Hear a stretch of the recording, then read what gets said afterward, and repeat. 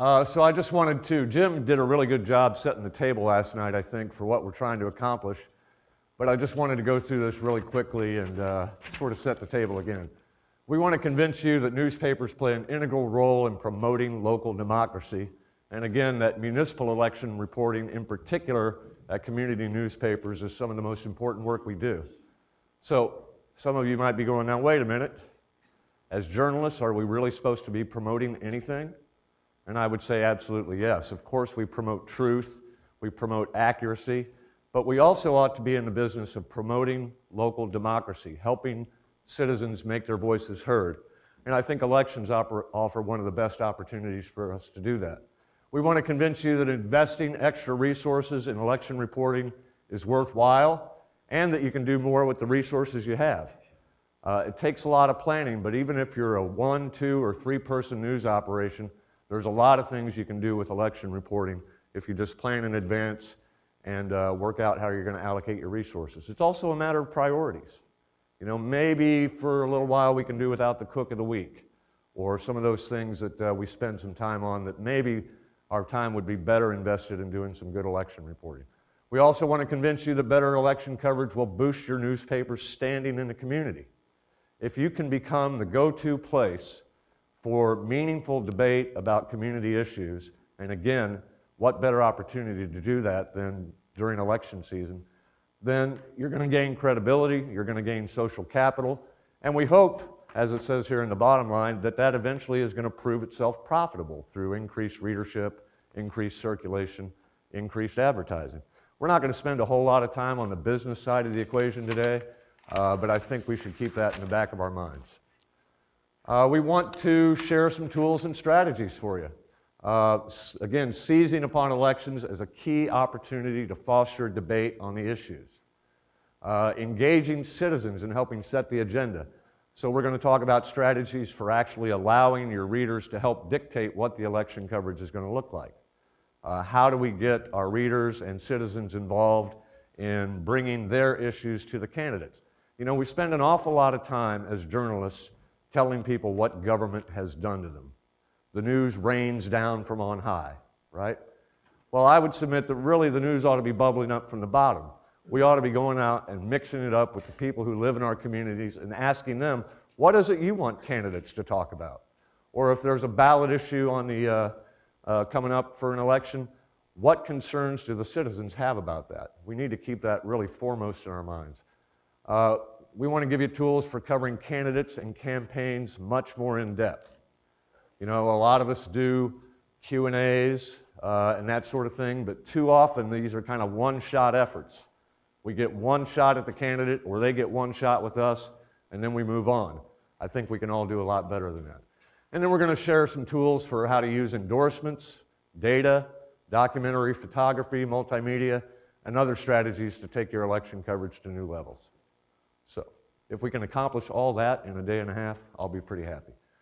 So election coverage is important to residents, and most people see their community newspaper as the primary source of information about local elections. That's a pretty heady statement, but we've got some research to back it up. I'm really happy that Ken Fleming is here from the RJI Insight and Survey Center. Ken? He has been working with us to do a comprehensive survey that we're going to share some results of that. I'm going to whip through this really quick because we're on limited time, but please stop me if you have questions or if you have comments about any of this stuff I'm going to share with you. And Ken is here to make sure that I don't misinterpret any of the stuff that we're going to show you here. So back in November and December, we surveyed 1,235 readers of 3 community newspapers in Missouri: Sikeston Standard-Democrat, the Branson Tri-Lakes News, and the St. Joseph News Press. So these 3 newspapers have agreed to play this game with us. We went out, we surveyed their readers. We got at least 400 residents, I should say, in the readership areas of each of these 3 newspapers. And we have representatives from these papers here today, right? Is Jill Bach here from the Sikeston paper? Hey, Jill. And Kim Norvell from St. Joseph? Yeah. And Mindy Honey from Branson? Cool. So thanks for agreeing to participate in this. So using the results of this survey, These folks are going to go back to their newspapers after this workshop, do their best to try to incorporate some of the strategies and tools that we give them, and then we're going to go back and survey residents in their readership areas again to see if we've made any difference in terms of voter attitudes and behavior about newspaper election coverage, participation in the election, and that sort of thing. So these folks are getting the first look at the preliminary results. These are aggregate results from all the surveys we did, and then we've got individual results for each of the newspapers that we'll be sharing with them.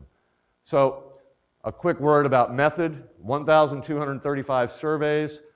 Some of these were completed online with using subscriber lists of emails that we got from the newspapers themselves. So anybody who answered this survey online was a subscriber. But we also did random digit dialing in the readership areas of these newspapers. Some of those folks were subscribers, some of them weren't, and as we'll see, some of them are readers and some of them aren't. So let's take a look at some of the things we found out.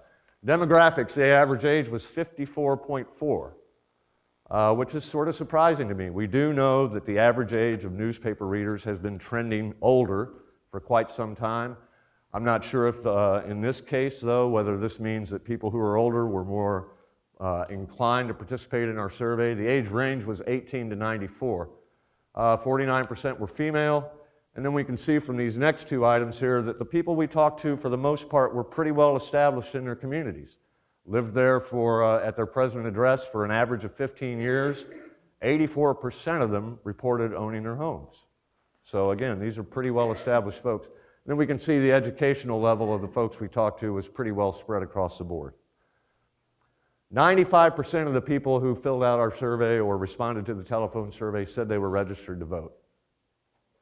87% reported that they usually vote in April elections, and 72% said they voted last April. What do you guys think of that? What was turnout like in your community last April? Was it 72%? No. I think in the readership areas of the newspapers we surveyed, turnout was somewhere around 11 or 12%. Is that right? So again, 89% of the people who filled out the online survey said they voted last April. 66% of the folks we spoke to over the phone said they voted. So again, we're not sure, does this mean that these folks are a little more politically inclined, more willing to fill out the survey or complete the survey, or were they just over-reporting their voting behavior? That's something we'll have to dig a little deeper on. And then 77% of these folks agreed to let us come back and interview them again in April after the election. Other characteristics, 7% of these folks said that they had been a candidate for local political office at some point, which is interesting. 30% reported that they had contributed to a political campaign sometime within the past 3 years. And then we get a breakdown of who they're contributing to.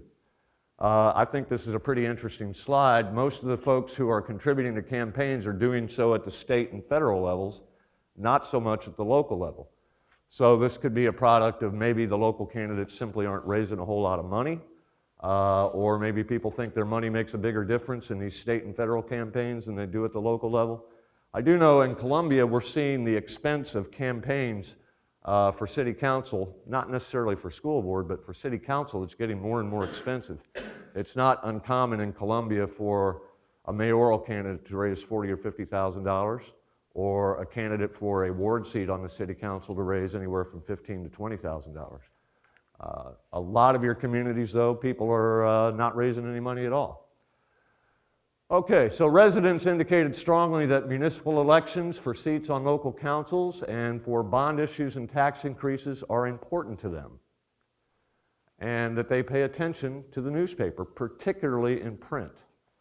So let's dive a little deeper on that data.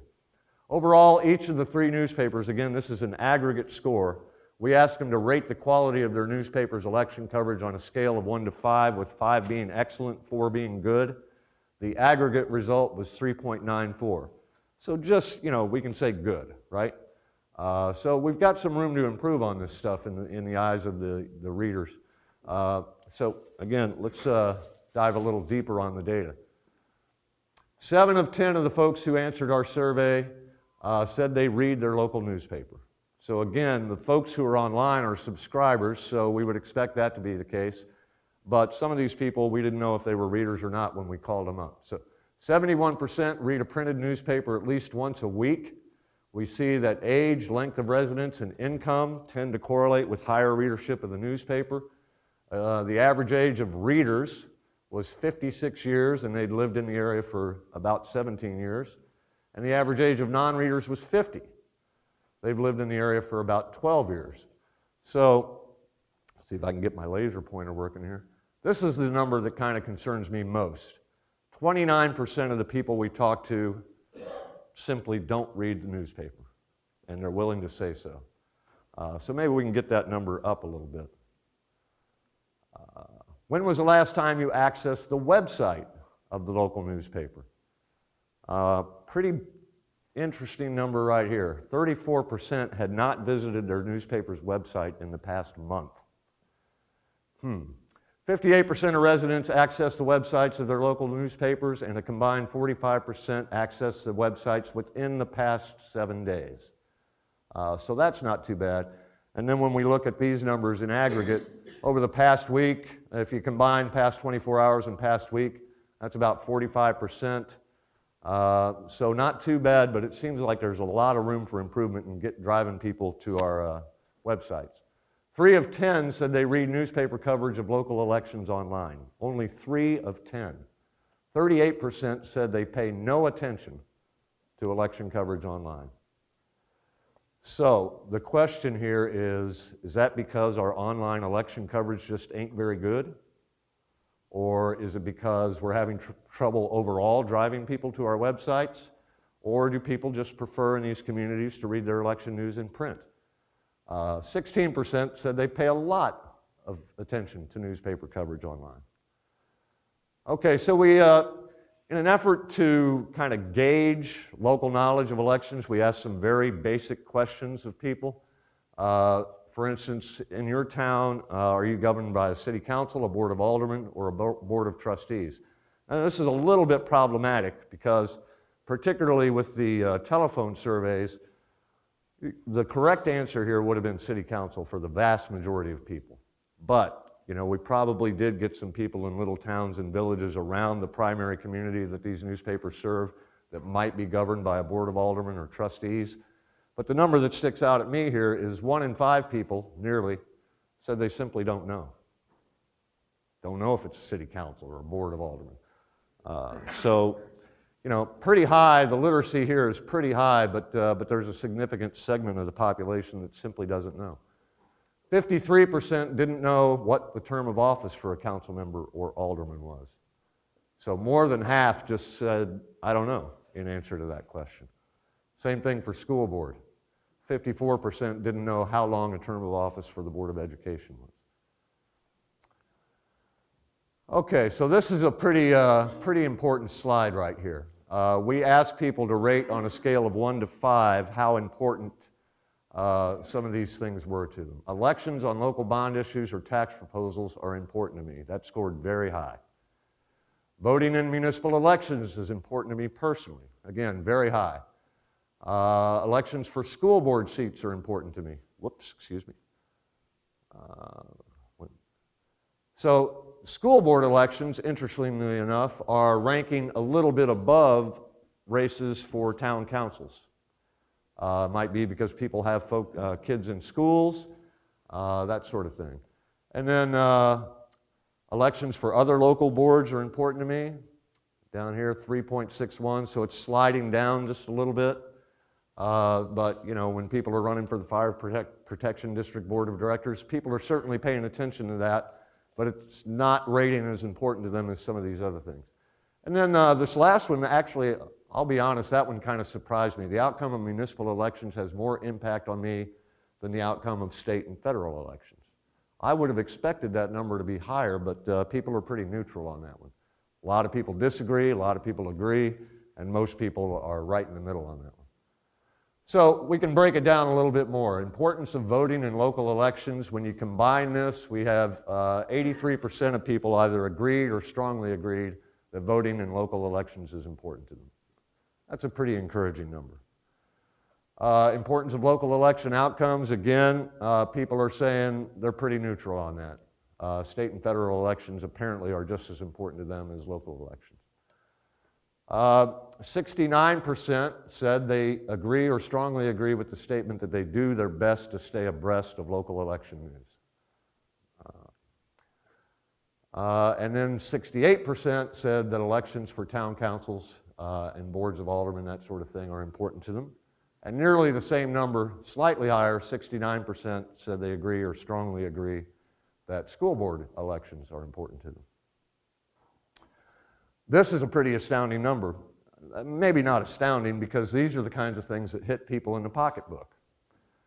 Importance of bond issues and tax increases, 91% of people said those are important to them, either agreed or strongly disagreed with that statement. So we also asked people to rate sources of election information. Now, I will say right off the bat that we did not ask people about radio news, election news, or television election news, but we did ask them to compare newspaper coverage with some of these other common sources of information about elections. We did that primarily for the sake of brevity. If we were going to ask people about radio and television news, we probably also needed to ask them about radio advertising and television advertising. Our survey was getting a little bit long, so we had to find some things to take out. If I had it to do over again, I might have left that stuff in, but we still get some pretty valuable data here. Local newspaper reports are a valuable source of information about municipal elections. That scored 3.94, so just slightly below that number 4 level. Not too far behind, interesting enough, conversations with other folks. I get a lot of my information about elections just by talking to my neighbors. Public political forums or debates are next in line. And then we see, slightly lower than that, reports on local newspaper websites or other digital platforms. So again, people are looking to print more than they're looking online. I think that sends us 2 messages. The print product is still very important to people, but the online product, there's got to be some room for improvement there, and maybe a little marketing to get people to pay a little more attention to it. You know, we spend a lot of time as journalists wringing our hands about the advent of social media. Are candidates going to do an end around and use Facebook and Twitter and websites and direct mailings and all that sort of thing to get around the newspaper? You know, let's face it, in this day and age, a candidate can get a lot of information out there without bothering with the stinking newspaper, right?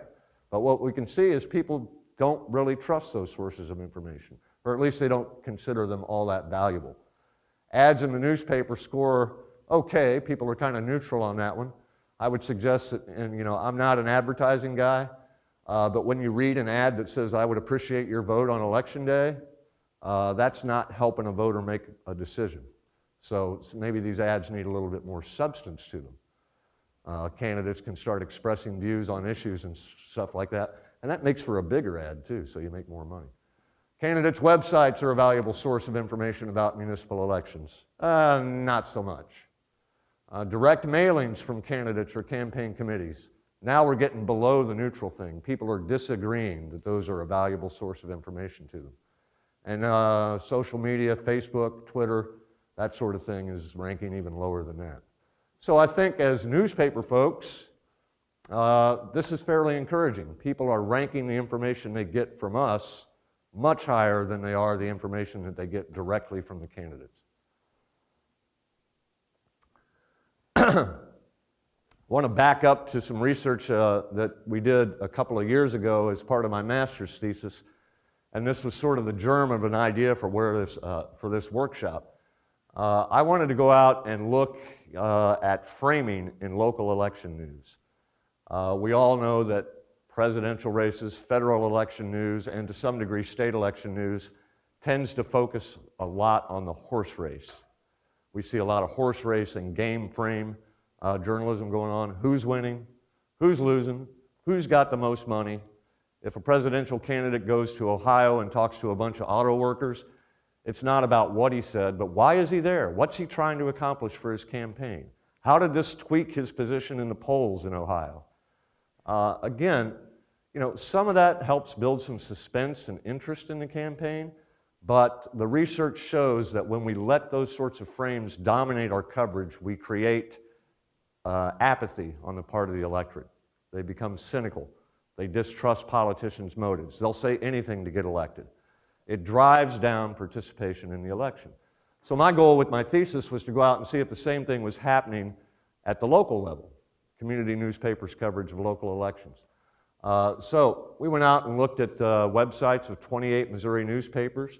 We found 292 election articles. The good news was that the horse race frame was not dominant.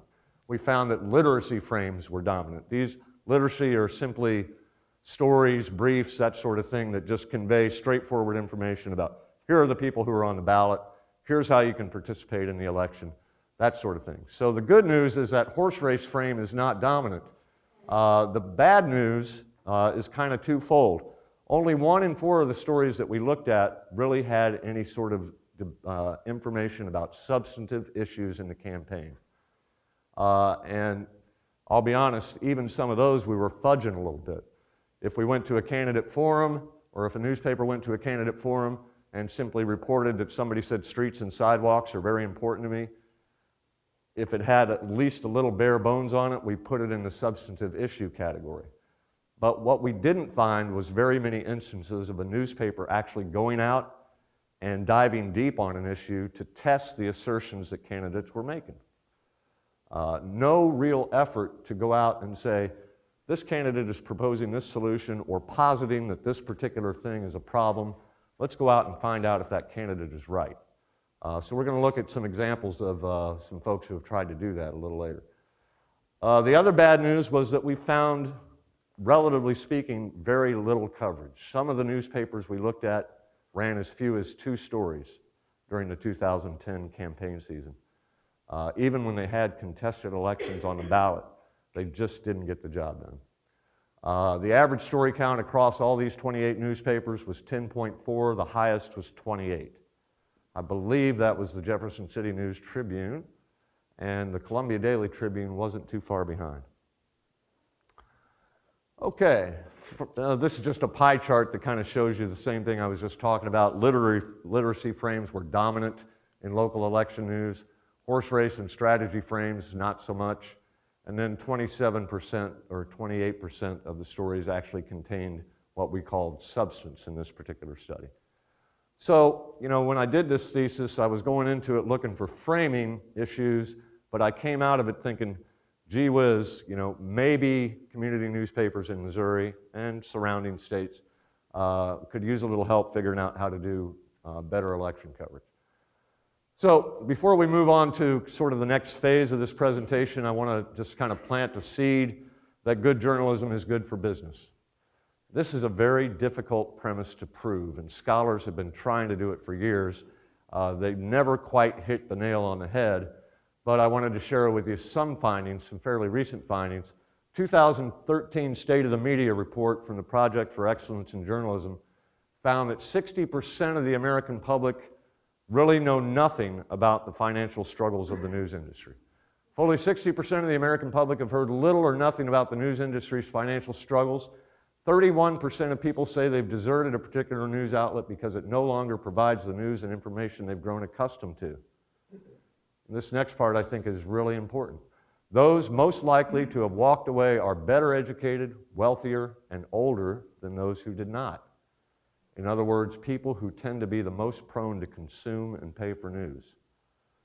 So that's troubling. The job of news organizations is to come to terms with the fact that as they search for economic stability, their financial future may well hinge on their ability to provide high-quality reporting. So again, they're recommending, you know, if you're having trouble financially, the answer is not to cut back on your newsroom staff. The answer is to beef up your newsroom staff, take the local news seriously, dive deep into the issues, give residents a voice, and they will start coming to your newspaper in droves. Philip Meyer has offered what he calls the influence model. The model's appeal is that it provides a business rationale for social responsibility. The way to achieve societal influence is to obtain public trust by becoming a reliable and high-quality information provider, which frequently involves investments of resources in news production and editorial output.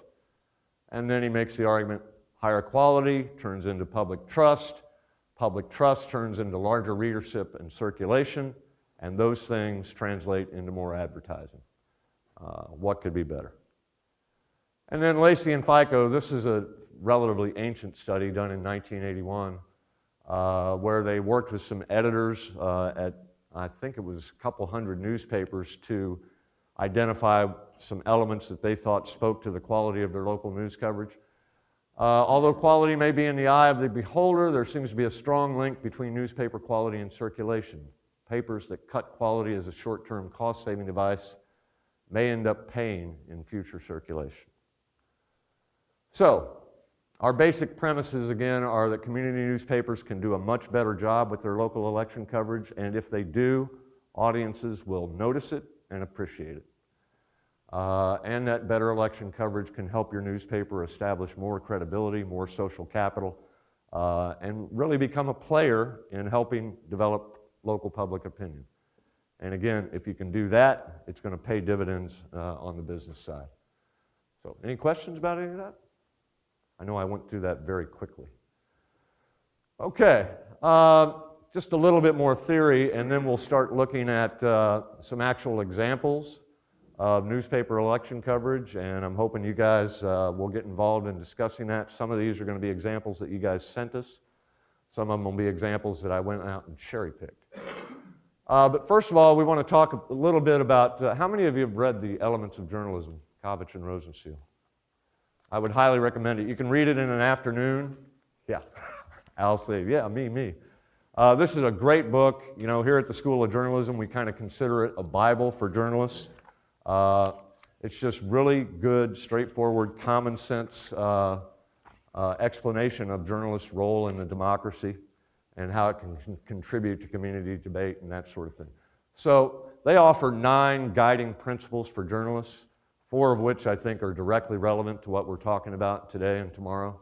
The first one is that journalism's first loyalty is to citizens. You know, we do have to serve a lot of different factions. We have to serve advertisers. In some cases, if we're corporately owned, we have to serve shareholders. As reporters, you know, we have to work for the publisher who's signing our check, but we always ought to keep in mind that our first loyalty is to citizens, the folks that we're trying to serve. And so in doing that, in the context of election coverage, what we've always got to be asking ourselves is, what are we doing to help a voter make a decision? So, if we go out and we do a story about Senator Claire McCaskill has raised this much money and candidate Todd Akin has raised this much money, what have we done to help anybody make a good decision in that election? Really nothing, right? If we run a poll that says, Jay Nixon, if the election were held today, 52% of people say they would vote for him, 48% say they would vote for his opponent, with a margin of error plus or minus 5. We're playing a horse race game. Again, some degree of that might be okay as long as we're mixing it in with more constructive news that helps a voter make a decision. Exploring issues, looking at candidates' stances on issues, determining whether their positions are viable, whether their solutions are feasible, that sort of thing. So journalism's essence is also a discipline of verification. This is what sets us aside from the bloggers and the candidates' websites and those sorts of things. This is where we kind of get into that sticky wicket called objectivity, right?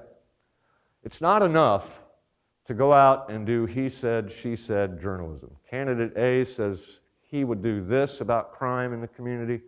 Candidate B says she would do that. Okay, that's the first step, right? At the journalism school here, we speak of objectivity as it's an objectivity of method. So we'll go out and we test hypotheses. In the context of an election, the candidates are offering up hypotheses. I think crime is up, and here's what I would do about it. I would hire 24 more police officers. So then, as journalists, we can go and say, okay, if you want to hire 24 more police officers, how much would that cost? How would you pay for it? And is it really true that crime is up? We can go and look at the data and share with readers what the truth of the matter is. So that's objectivity of method. Now, if we end up calling a candidate out and saying he's flat out wrong about that, That's not opinion, folks. That's facts, right? And it's our obligation to do that for folks. If we just go to candidate forums or we go interview candidates and we let them say whatever it is they're going to say without making the effort to dig in deep and figure out whether they're right or whether their solutions are sound, we're not performing our role as journalists. Journalism must provide a forum for public criticism and compromise. So again, we want to seize upon elections as an opportunity to foster debate about the issues. So we do that by, again, testing candidates' assertions, by going out and asking residents what they think about the issues that the candidates are talking about, and what they think about issues that candidates aren't talking about, for whatever the reason. And then finally, journalism must strive to make the significant interesting and relevant. There's no reason on earth, folks, that election news has to be boring, right? Sometimes it's really a challenge, and we're going to look at candidate forums and that sort of thing.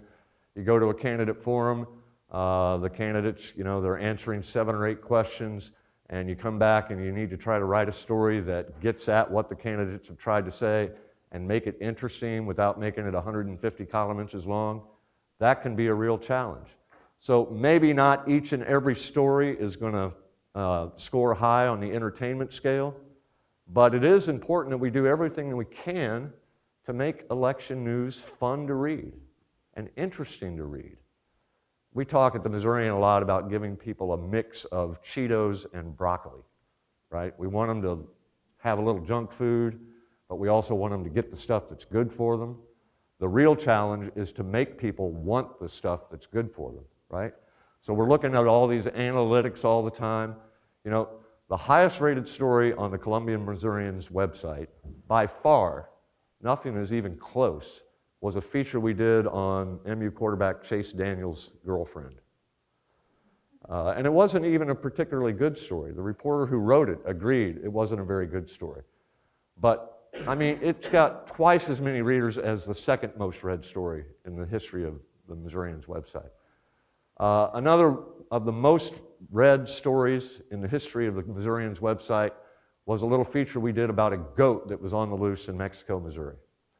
40 miles away from us, I'm not sure it's all that unusual that a goat might be wandering around a town. But people just ate that story alive. And so we've got editors in the newsroom who are saying, people are reading the goat story, we need to write more about the goat.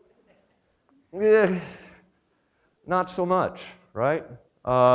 It's okay if people like stuff, and yes, we want to give people stuff they like, but we've also got to make them like the stuff that they need, right? We've seen from the data that people want election news, that they appreciate election news, so we got to find ways to make the election news seem like Cheetos, right? And we'll look at some examples of maybe how we can do that. Okay, so enough about theory. What's this look like when we apply it or don't apply it? So this is where we're going to start looking at some examples of election coverage. And some of you, I hope some of the folks who did some of this stuff are in the room and can help us talk about it. And we can have some conversations about whether these things work or not. So these are all some common strategies or types of election coverage that we do. Candidate Q&As are probably among the most used platforms for reporting election news, right? How many folks in the room have done candidate Q&As? Yeah, we pretty much all do them, right? But there are lots of different ways to do those things. So let's take a look. If you guys will bear with me, I need to open up a folder here. Let me see here.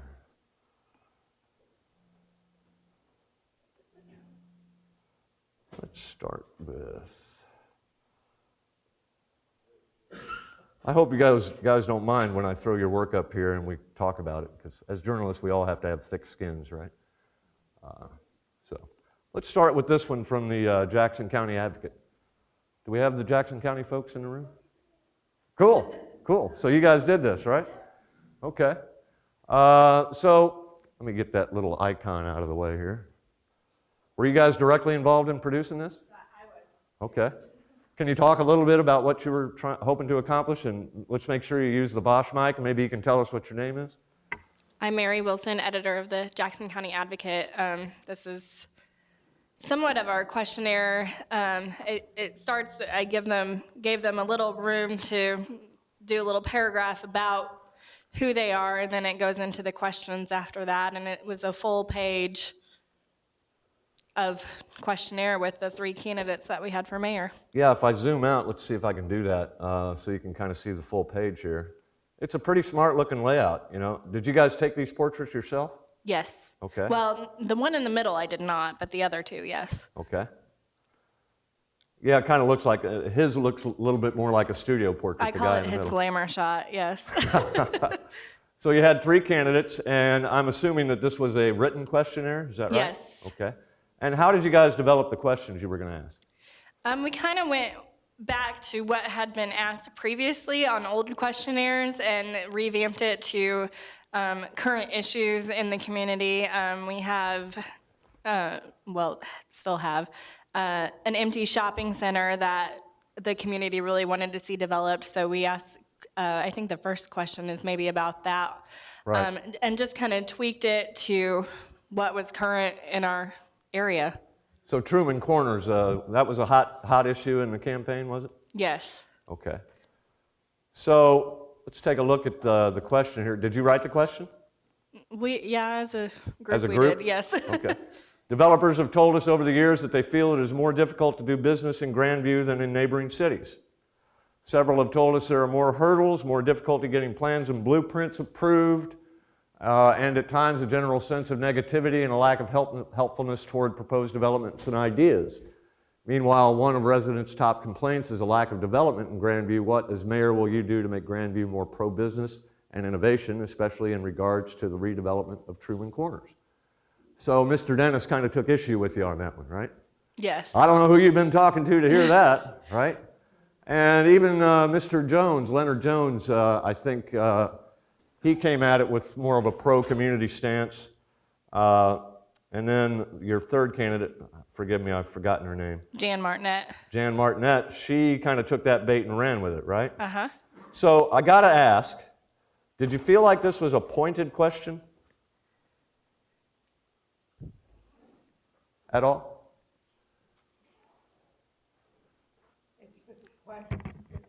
It's the I'm not question we were criticizing, I'm hearing just- from our Yeah? readers. Okay. Okay. And you got some pretty good answers to it. How long did they have to write their answers to this? I think I gave them about a week, About a week? a Okay. specific deadline. I emailed all the questions to them, so. Okay. And then you also asked, let's see. Many people base their opinion of Grandview on what they see from I-49, which is often trash, weeds, and empty buildings. What do you think the city can do to improve the I-49 corridor and help draw drivers off the interstate and into Grandview? And then what specific ideas do you have to actively improve Grandview's image and sense of community pride? And then not only in Grandview, but around Grandview. And then what will be your top priorities? So again, can you talk a little bit more about how you arrived at those 4 or 5 questions?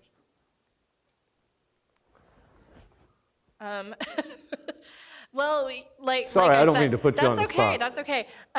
Basically, just our concerns in our office and living in the community were kind of key to what we asked, and then just the feedback from readers and things like that. We get some, we're kind of a coffee shop type business, and we'll have community members come in and talk our ears off about what they think is an issue in the community, and we take that and just kind of tuck it in the back of our minds for times like this. So. Okay. Do you get good feedback on these from your readers? Or any feedback? Yeah, we do. Whether they agree or disagree, I think we hear it, or it definitely shows in the election results as well. So. Who won this election? Steve Dennis did. Okay. He was the incumbent at the Yes. time? Okay. Can I ask by what margin, or was It was very large. Yes. others were viable? Jody, can you use your microphone, please? That's all right. I was asking who won and by what margin, and were the others actually viable candidates in the end? Steve Dennis had about 70% of the votes, with Leonard Jones, the next highest at about, I don't remember. I know Jan Martinet had about 5% of the votes, so he won by a pretty high margin. Okay. And so what other sorts of election coverage did you do in the mayoral race? That was kind of it. This was kind Yeah. of it? Okay. Well, let's look at some more examples here. I was looking at the clock. Can I thinking- ask a question real quick? Yes, sir. On that, did any of Steve Dennis's current issues come up during that last election?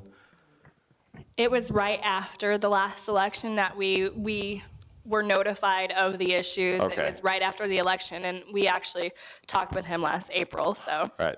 He just resigned, right? yes. Yeah. Oh, did he? And Leonard Jones was just appointed interim mayor until the April election this year, so. Yeah. I was Little- reading little his drama in I was Grandview reading right his now. lead paragraph there. It sounds like he everything is fine and beautiful in his world until he was going to be federally indicted there. Right. Yeah. Wow. Well, I think, what that Q&A shows us is we can get a lot more substance out of the candidates. I wish we had time to just read the whole thing. But when we put some thoughts into the questions we're going to ask, we can get some real substance rather than asking questions like, a lot of times we'll ask a question, why do you want to run? Which is a good question to ask, but many times we'll get a response with, I just want to give back to the community, right? Well, that doesn't help me, sir, right? Let's ask questions that get the candidates talking about issues. Now, there are other ways to do Q&As. At the Missourian, we've experimented with a couple of different forms. And a couple years ago, or I guess it was just this past spring, we did audio Q&As. We also ran these in print online. We did, well, there's another example I'm going to show you where we did video interviews. So we came up with 9 different questions to ask the 7 candidates who were on the ballot.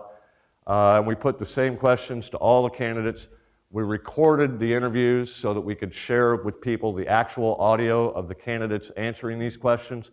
And then we ran verbatim quotations in the newspaper of them answering the same questions in case you preferred to read it. So, what is your view of existing zoning and development regulations downtown and whether the city should embark on an effort to revise them? So if you want to listen to the 2 candidates for mayor, answer that, or maybe the 2 candidates in the 3rd ward or the 3 in the 4th ward, or maybe all of them, you just listen to them one at a time, answer that question. So let's listen to one. Most of the downtown is on C2, which allows for residential construction in C2 zoning. I don't think that's appropriate if they don't require parking when they do the residential construction. There's no setback requirements, no parking requirements, and no height requirements. So you need to rezone the property from C2 to R2 or R3, R4, whatever you want to build. So in the interest of time, I won't play the whole thing, but then if you listen to Mr. White Kemper's opponent, Ian Thomas. Well, I feel that the use zoning system is somewhat limited and doesn't always achieve the objectives that it was set up for. And a great example of that is the fact that a lot of downtown is zone C2, which allows a very intensive use in terms of multi-unit housing, which is considered to be less intense than commercial, but in everybody's opinion, it is more intense. So, what do you guys like or dislike about that approach? Come on, please play. I like how it gives you exclusive online content over here. Oh, I'm sorry. Hi. So I've got a speaker over here, so it sounds like everybody's...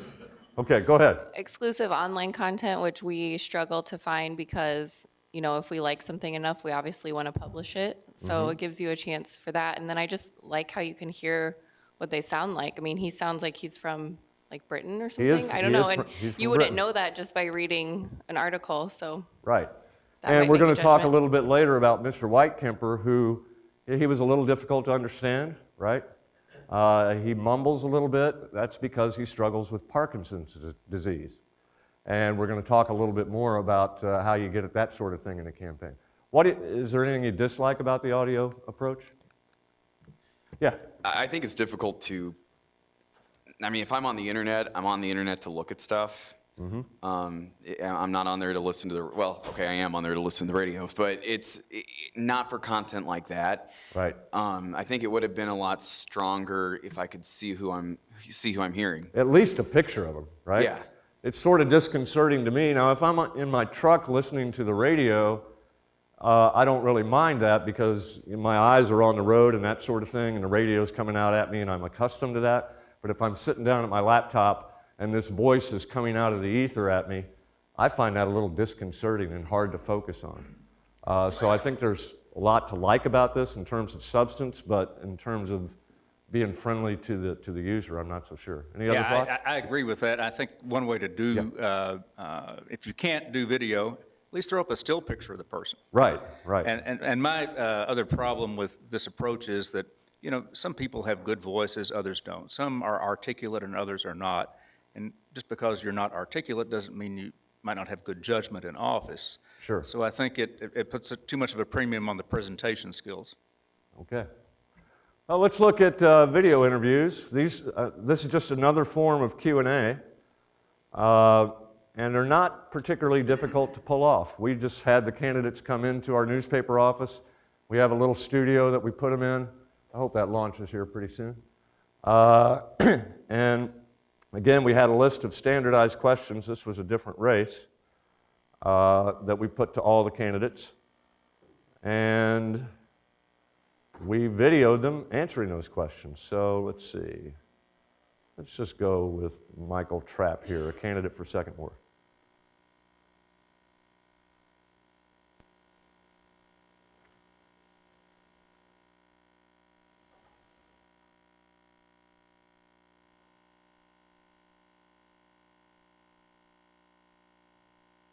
I think we need to look for global approaches to improve the business climate. If we want to maintain businesses here, and we want to draw new businesses to Columbia, then we need to keep it in an inviting place.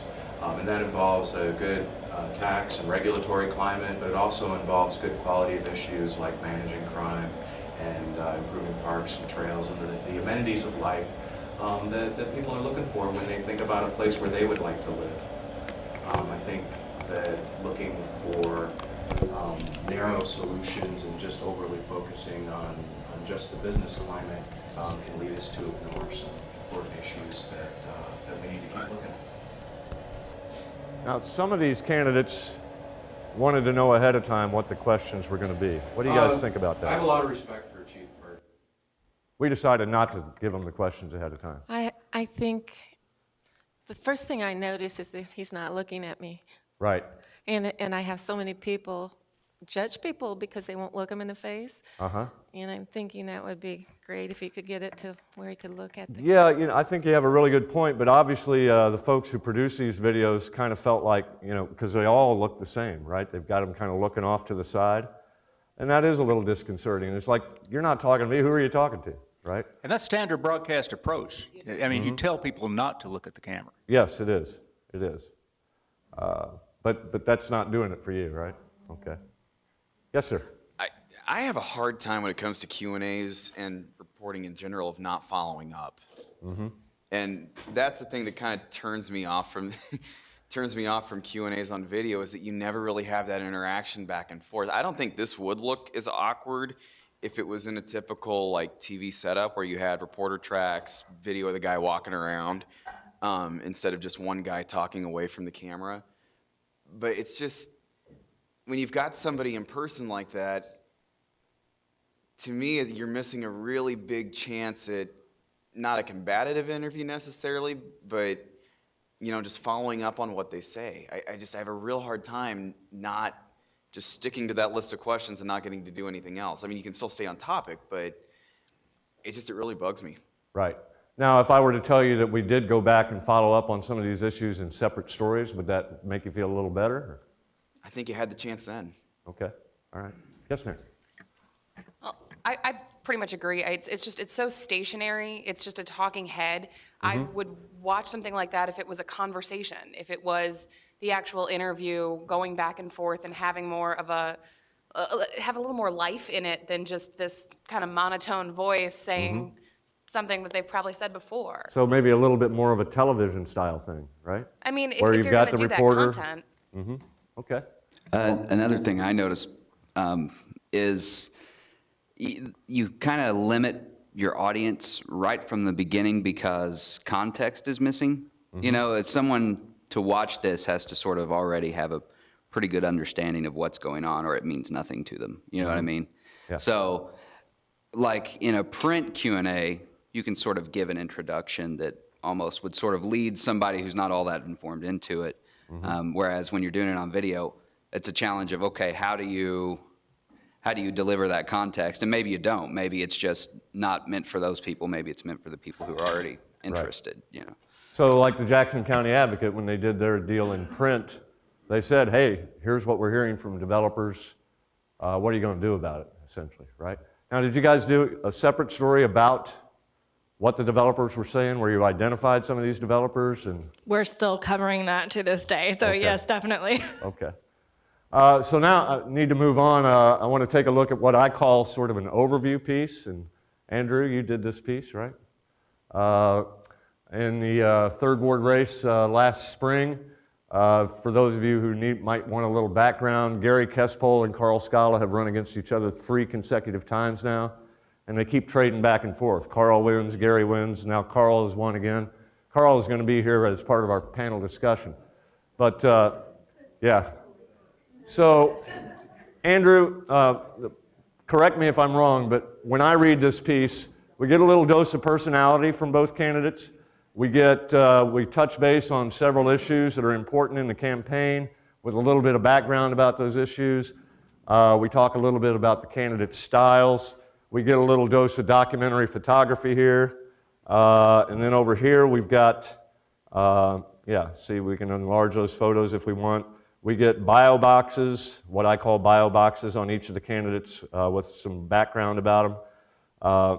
So I call this sort of an overview piece where this is kind of sort of the definitive piece on the third board race, if you will. Is that the way you saw it when you set out to do it? Yes, I had those aspirations. Okay. But how did this piece fit into the rest of the election coverage that you did? Well, I mean, obviously you've got this sort of political battle that's been going over 3 elections. So Right. it was the other race, which was the 4th ward at the time, was a 3-way race. It's rather cordial, in my opinion. Very, you know, everybody's kind of backslapping a bit. When these two got together, it was not, Right.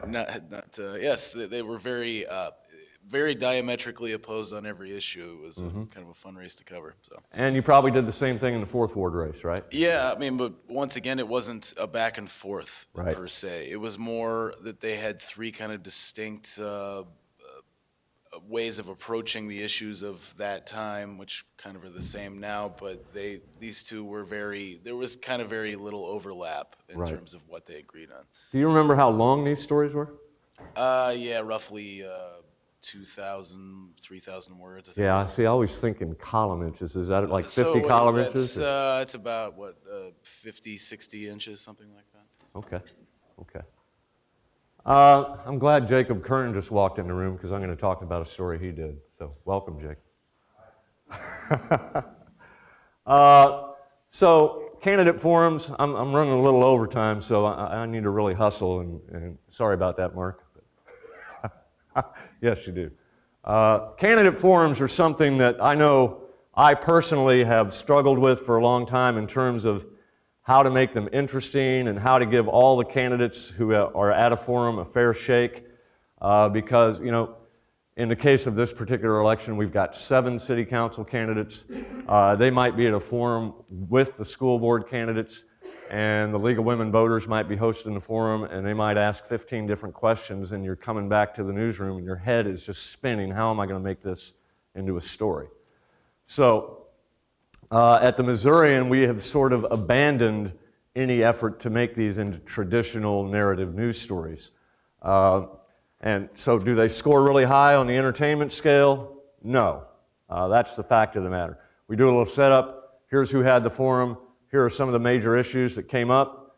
And here's what the candidates had to say about them. Just kind of short, or not short necessarily, because again, when you got 7 candidates going at it, it tends to turn into a pretty long story. But on deadline, it's a very efficient approach. The reporter isn't coming back trying to weave some narrative about a candidate forum. It's just, here are the issues, boom, boom, boom. Here's what the candidates had to say about them, boom, boom, boom. So what have some of you guys done to try to make candidate forums more interesting? Anybody? Andrew? I'll say we kind of skewed that approach, especially when it gets a little bit late in campaign season, it's the same talking points over and over and over. Yep. And over. Sometimes you come back and it's like, is there really any need to even write about that? And I think Jim actually made something, a point close to that last night when it's been kind of done, move on, Sure. find the new kernel of news a little bit. And, in our coverage of these races, we always tried to kind of home in on one topic at that forum that maybe hadn't been mentioned at previous forums, or kind of if an approach had changed to an existing position, things like that. It was always more, instead of allowing them to sort of just rehash the same talking points, we tried to look for something new every time. Yeah. And I think the other thing that I coach my reporters on, and they don't really listen to me so much, is why aren't we talking to the public when we go to these candidate forums? It might be just as interesting to know what the 50 people in the audience at a candidate forum are taking away from that event as it is to hear the candidates rehashing the same old stuff, right? How is this candidate's position resonating with you, right? Or what are your impressions of that candidate? That sort of thing. So, Scott, yes. can I put something in over Yeah, here? One of the things that we do is we do a mix of our questions that we've come with that the moderator will ask, and then of course questions from the audience. They get to fill out their cards and bring them up. Now some of them are inane or they're directed. We don't take questions that are directed specifically to attack a candidate, but something that's going to drill down to an issue. So we mix in a lot of audience questions, which often get us far better pieces for the story. And we also try to ask, like Andrew said, get away from why you're running and tell me about your family and all that kind of nonsense. And what is specifically about the city charter you would change? And we have a lot of people running. We have term limits, and we have a lot of people that will do their 2 terms, sit out 1, and come back. Right. And we like to drill down to them. Why are you back? And let's talk about your 8 years of not voting for a budget one time while you're on city council, and how are you going to be doing that again? So we like to go back, and especially the ones that are coming back a second time, it's always a good time to kind of drill down on why they voted how they did, and some specific city issues. Right. And did you say your newspaper hosts its own forums? Yeah, we do. Our forums for both newspapers, for whether it's city races or school board, things like that. Are there other folks in the room who do the same thing? How much time and effort does that take, Greg? It's not too terrible. I mean, it's a couple weeks out, you start putting a whole lot of work in, but I'd say if you wanted a number on it, probably 10 hours. Mm-hmm. Okay. Yeah, we've done this at the Missourian a few times, and I think the Tribune has sponsored some debates. We tend to see them tend to get a lot of people, particularly when we host them here at the university. We have big rooms that we can host them in, and people seem to flock to them. We've done U.S. Senate debates, city council debates. We've worked with the Missouri Press Association on attorney general debates, gubernatorial debates, and we've experimented a lot with different ways of arriving at the questions we're going to ask. We try to the extent possible to engage citizens. When we did a U.S. Senate debate back in 2004, which was really cool, we worked with KOMU TV and KBIA Radio, Press Association, Missouri Net, it was televised nationally on C-SPAN. All those questions came directly from the public. We conducted focus groups where we literally randomly had people go through a phone book and pick out a name and called people and asked them to come in and be part of these focus groups. And we did 3 of those, and the challenge for each of those groups was, let's talk for an hour and a half or maybe even 2 hours and arrive at 3 questions that we think are the most important questions to ask candidates for U.S. Senate. And meanwhile, we had chapters of the League of Women Voters doing that all over the state and feeding us the questions that their focus groups came up with. So we came up with like 30 questions that were coming directly from the public.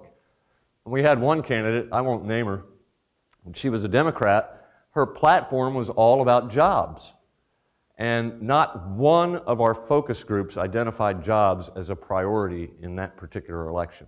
If we were to do it today, that might change. But she took us to task after the debate. You guys know my platform is all about jobs, and you didn't ask a single question about jobs. It's like, hey, maybe you weren't listening. These questions came from the public, and they were identified as the most important questions we needed to ask. So maybe that's why you're not going to get elected. I didn't say that. But. So I talked a little bit earlier about doing some truth detecting. This is an example. Again, Carl Scala is he's going to be joining us later today. And Andrew wrote a little bit about this in his overview piece 3 years hence. But there was an accusation when Carl and Gary ran against each other 3 years ago, or I guess it's 4 years now, that Carl was spending way too much on travel on the city's dime. It was a big part of Gary Kespol's campaign. He had a radio ad, a YouTube video. I think he might have even aired it on television a few times with the Johnny Cash, "I've Been Everywhere" man, and getting after him for eating shrimp and steak and that sort of thing. So what we decided to do, he raised this issue first at a candidate forum. And we decided, we're going to need to, actually he raised it in a radio interview. We need to go and figure out what the truth of this matter is. Is Carl Scala spending too much on travel or not? Or how much is he spending on travel? And where is he spending this money on travel? So we simply filed a sunshine request with the city for all of Carl Scala's travel expenses. And we gave people everything we got.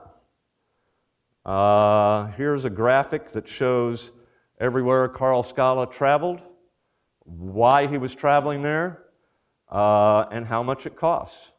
We also have PDFs of all his receipts. And the truth of the matter was, yes, Carl Scala spent more than any of his council colleagues on travel, but he did not exceed the authorized budget for council travel, and on no occasion did he ever exceed the per diem rate that the council is allowed when it travels. And we also have some of his council colleagues saying, this travel that Carl does is really good. He brings back great ideas. We got no problem with it. So this is a case, I think, where we're doing a little truth detecting.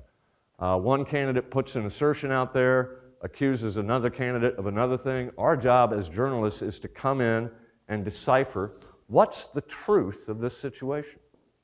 Not to just let it go. Not to just say, hey, Gary Kespol said this today, and Carl Scala said, well, it's not really true. Our job is to figure out who's telling the truth. And I think we need to do more of that kind of thing, even when it's not really a controversial issue, if we can get at the truth of the matter. Exploring issues in the campaign. Again, I'm running a little bit long here, but I guess actually I'm running way long. But I'll try to hurry. This is a piece that we did with state representative candidates. We actually did a series where we looked at their proposals for alternatives to toll roads for I-70. We talked to them about Medicaid expansion, healthcare reform, a crime bill that was being offered up in the legislature. We asked them about their priorities for the district. And so what we've done here is sort of what Mr. Sanders was talking about earlier, is we're giving people a whole lot of context. What is this issue? How did we get here? What are the facts about the problem that we're trying to address?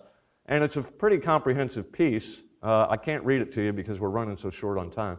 But then we get down here and we tell people, okay, here's what the candidates have to say about it. And so we did this with 7 or 8 different issues, and we had so many candidates that these things ran pretty darn long. But it was a very easy, accessible way to share all the candidates' opinions.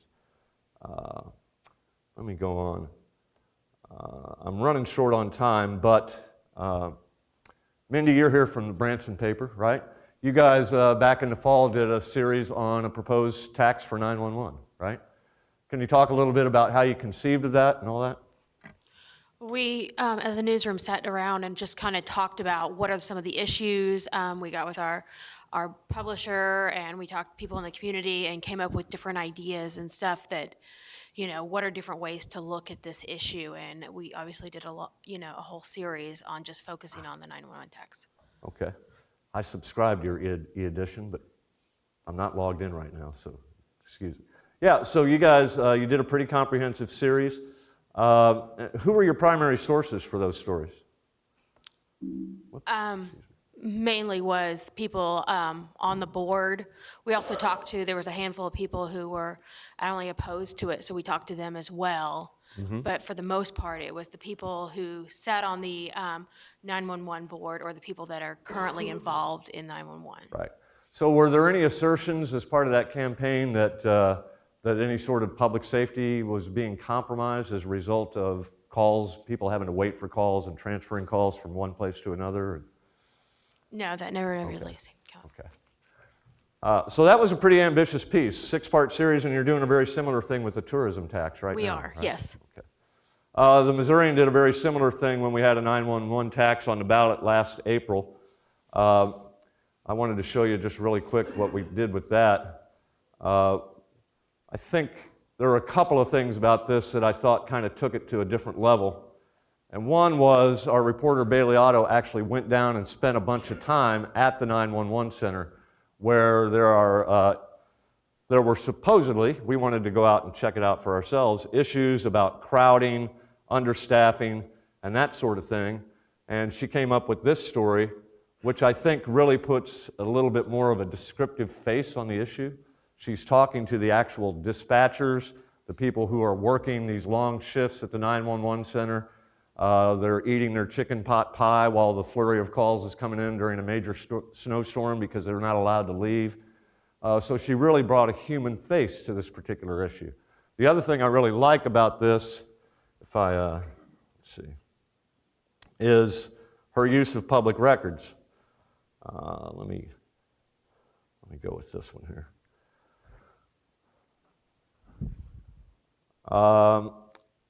There was a lot of debate about whether the plan for this new 911 center they were going to build was overkill.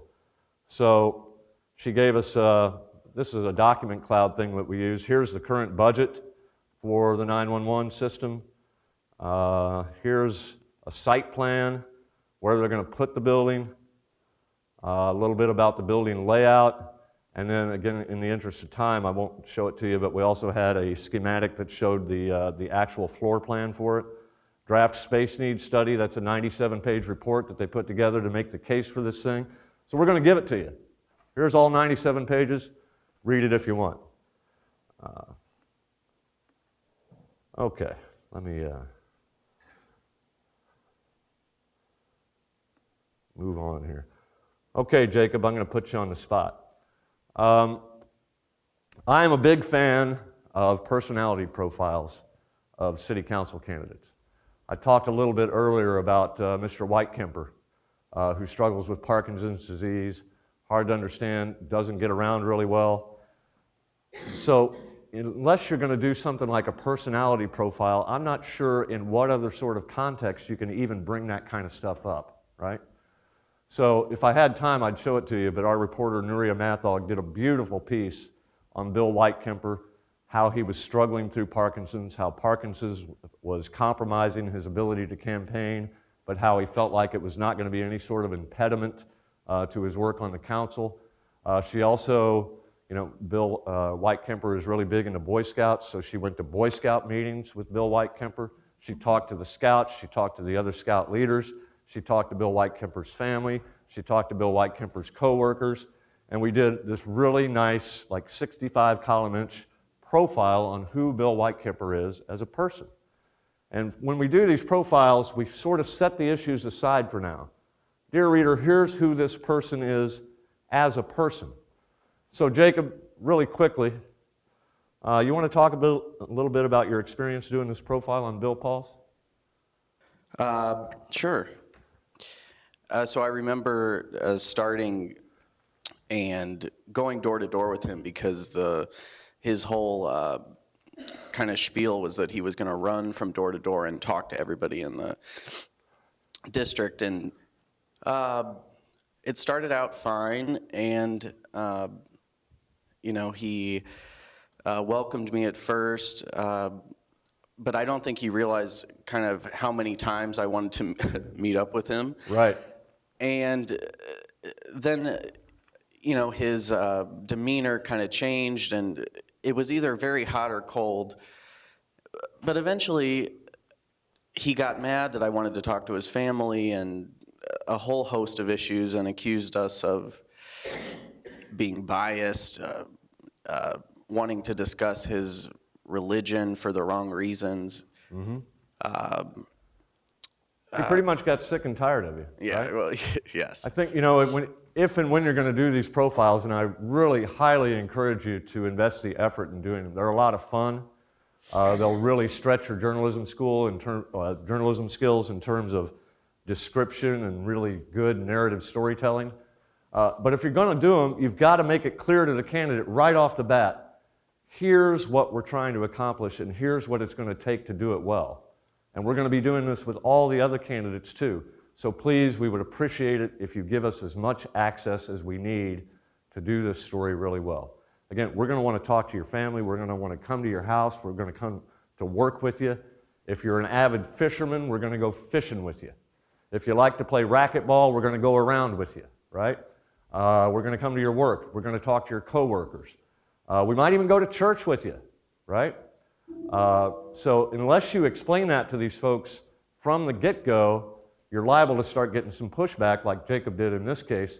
But in the end, when Bill Pauls saw what Jacob wrote, he paid a personal visit to our newsroom, apologized to me as his editor. He would have apologized to Jacob if he had been there for all the blowback he gave us, and said, I've gotten nothing but really good positive feedback about that piece.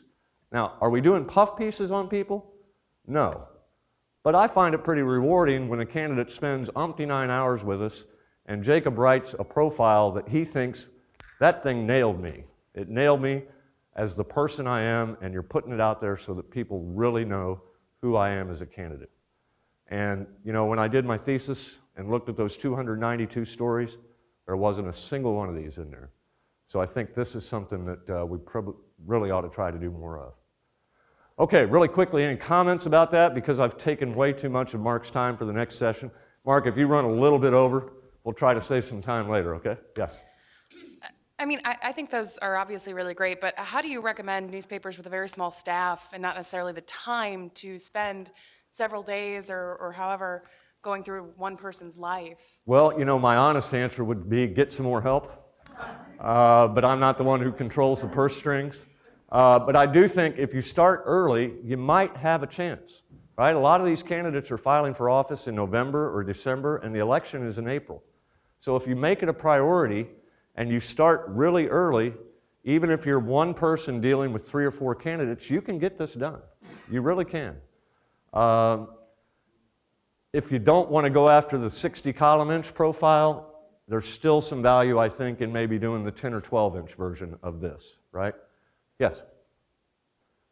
Can I just ask how many reporters you had doing this and how many candidates? Because we have 9 city council seats and they're all up for re-election this year. We have a primary election on Tuesday and our at-large seat has 10 candidates in it. Right. So we're having 13 candidates on just this ticket. So you're not going to do 13 candidate And so profiles I don't between know, now would and you next week. suggest like picking like maybe just the mayoral race, to profile these Sure, candidates? I mean, Or, find some way to narrow it down and say, okay, these are the folks we got to really go deep on. Like Jody, he's covering all these out-county races. He can't do 19 candidate profiles in the span of a few weeks, right? Yeah, because I'm the sole reporter doing city council. So, Right, right. I don't think there's really time to do that. So Maybe again, you should start be at work early. right now. When did these What? folks? Yeah, I know, I should. What was that? He said maybe I should be at work right now. Right, get busy. I think, if you start early in the game, when did these folks file for council? Their deadline was like August, maybe. To file? Yeah. To get their names on this ballot? Uh-huh. So if you're thinking about this from the November. get-go, okay, the person files in August, I'm going to go meet them the day they file. And Yeah, get it was this actually ball rolling. November, but Okay, yeah. but still, same point, right? But again, she asked, I'll be honest with you, the Missourian, the one thing we have that no other people do is almost limitless resources when it comes to reporters. In a typical fall semester, we have 120 reporters, and I have 15 or 18 simply on the city government beat. So we're in a place that you guys aren't, but I still think some of this is doable. Jim? I'd also add, Scott, this is a great opportunity too to think beyond, while you just have that one news report or something. If you're profiling, look at, I mean, everybody's busy, sports staff, some other reporters, anybody can do these profiles Sure. because you're still gonna have the sidebar maybe on the issues. But following somebody around, you can have another writer, another department help you out on these. Yeah, or maybe even, you know, if you're in a really small newspaper, which a lot of you are, maybe you get some freelancers to come in and help you with this stuff, right?